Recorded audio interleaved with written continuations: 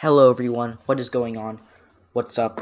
Whoops, I mixed those around. But uh, before we get started with this video, I want to ask you, all of you watching who have made it this far, 13 seconds in.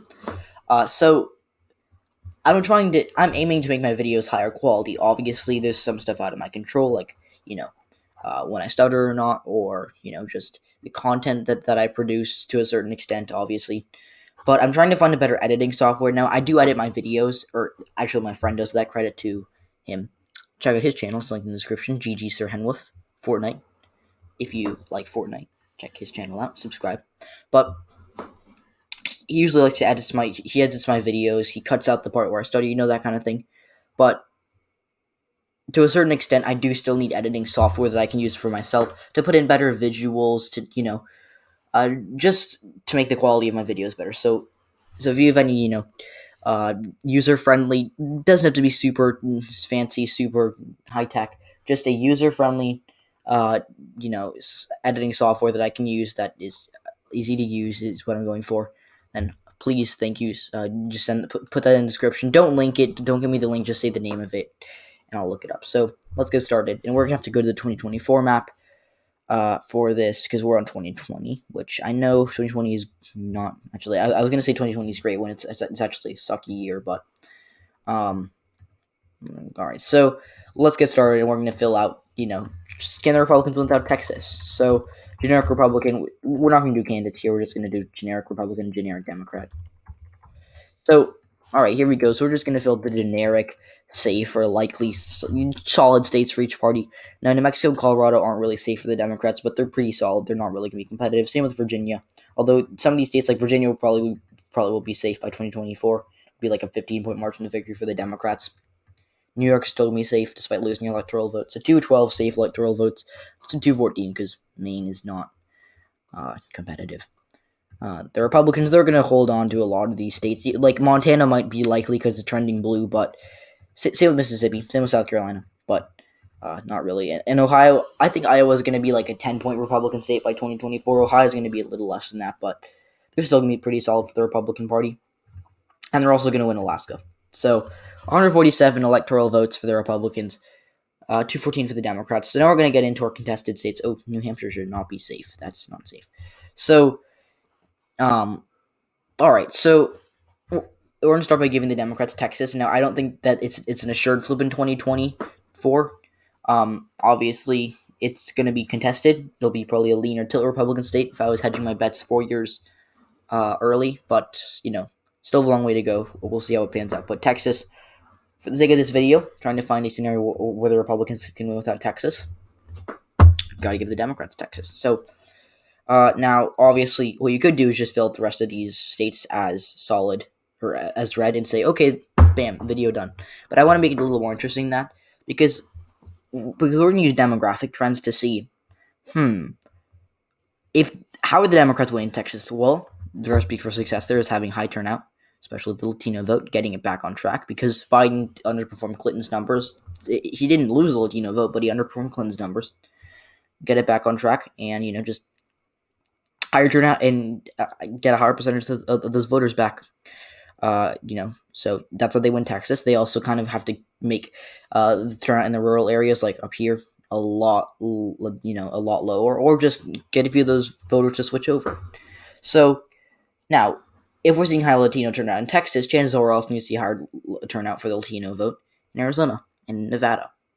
So it's getting interesting here. Let's give Arizona and Nevada to the Democrats. There are 269 now. So, because here's my assumption. If the Democrats are winning in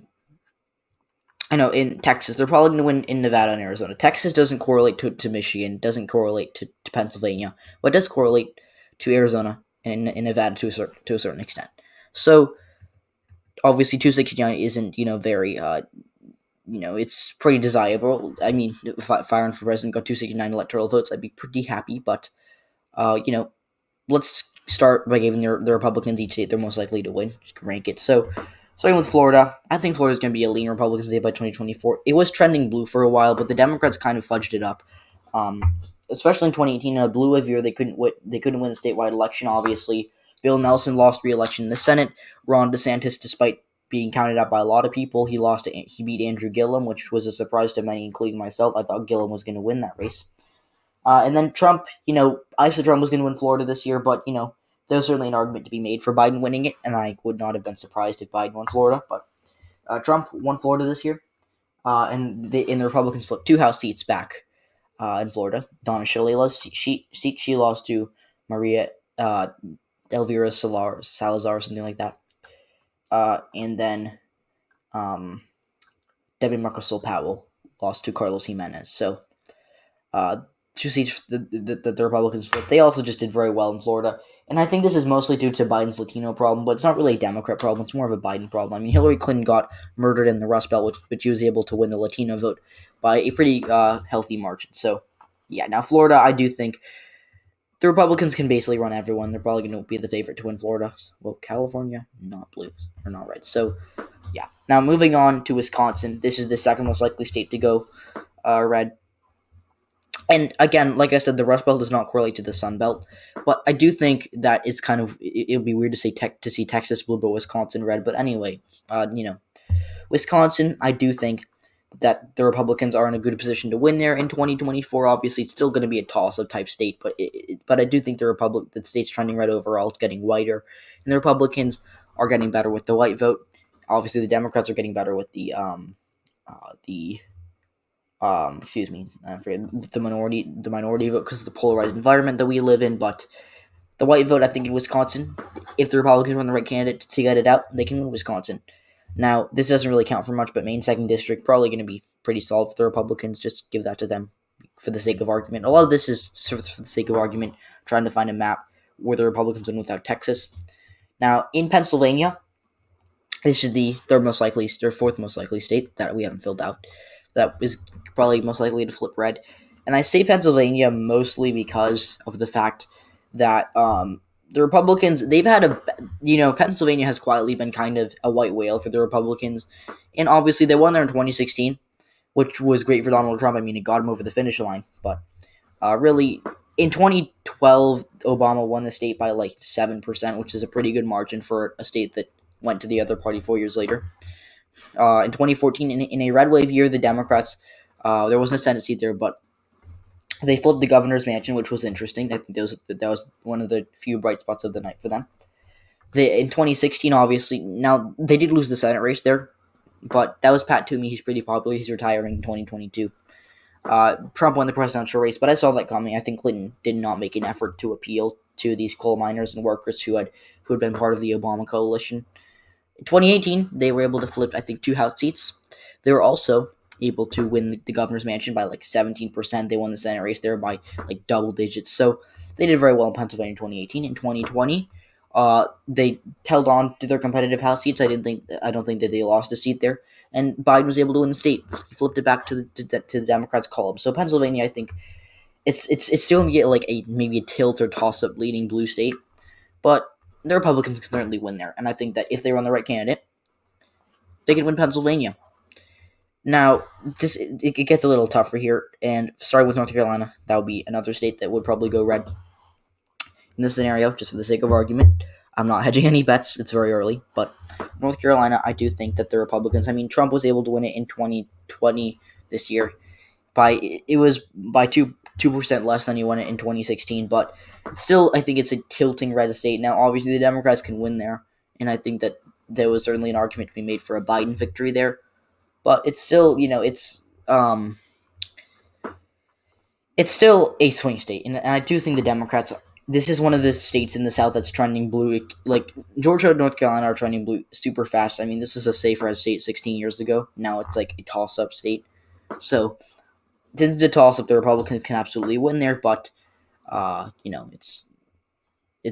depends. But for the sake of argument, North Carolina going red.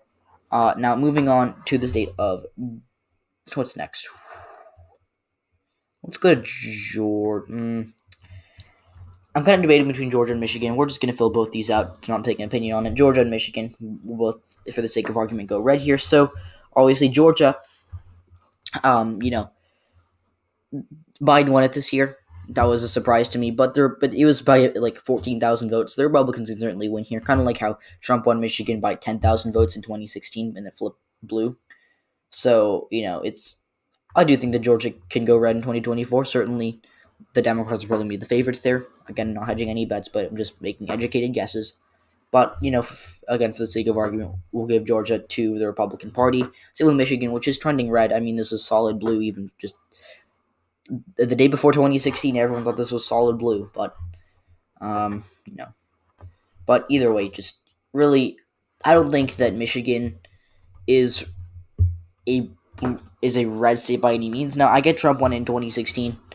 But in 2018, the Democrats won the governor's race there by 11%. They flipped the governor's mansion. They won the Senate race there by 8% against John James, who's the best Republican candidate in Michigan, in my opinion. So it's still a blue state, and I think it will still be like a lean blue state by 2024, but it'll be close. But again, for the sake of argument, I say this a lot. We're going to give it to the Republicans. Now, New Hampshire and Minnesota, we'll just give them both to the Republican Party. They're still 268 despite all these wins in the swing states. But Minnesota, we'll start out with. It's trending red, but Biden did better than expected there this year. He won by over 7%. So I think that this is just something about Minnesota and those white voters, the white working class in Minnesota, or for some reason they really like the Democrats. In a way that the white working class in Wisconsin doesn't like them as much. So it's kind of weird. I agree, but Minnesota, I think it's still a pretty solid blue state. But again, it could flip if the Republicans run the right candidate and they campaign there. So Minnesota could flip.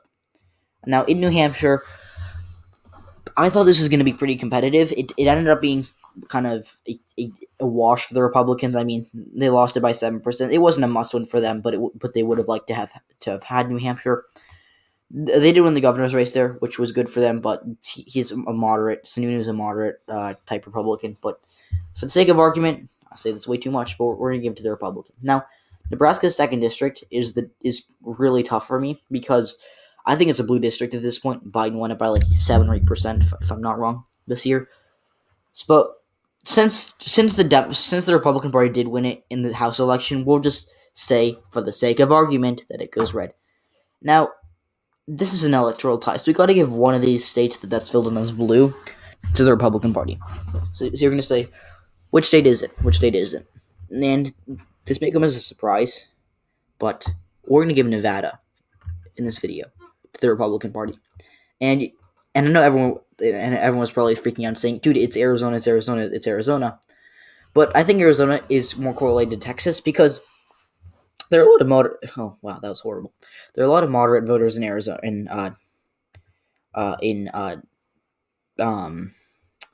Arizona, there are also a lot of moderates in Texas. Nevada is interesting, and we'll get to that in a second. But I think the Latino vote in Arizona is better for the Democrats than it is in Nevada. And I get that Nevada did vote to the left of Arizona this year, but that's because there are more Latinos in Nevada than there are in Arizona, and Arizona's just full of boomers. So. Yeah, and I'm not trying to say that as a meme, just for the sake of saying that boomers do vote. Usually they vote Republican in Nevada. Nevada's a very young state, but I think the young vote is trending a little bit towards Republicans. Not really; they're not going to win it, but it is trending a little bit towards Republicans. But anyways, Nevada I think would flip red in 2024 before Arizona, especially with Texas going blue. So that's how the Republicans win without because this hurts my eyes. We're going to give that. To the Democratic Party. So that's how the Republicans win 2024 without Texas. I hope you enjoyed this video. Please like, share, and subscribe. Hopefully this video does well. Push for 3K. Let's get to 3,000 so I can pin a new tweet because I have my old tweet from a month ago pinned. Vote in the 2020 election, but it's over. So if you vote in the 2020 election, you're committing voter fraud. So don't do that. Thanks for watching. Peace.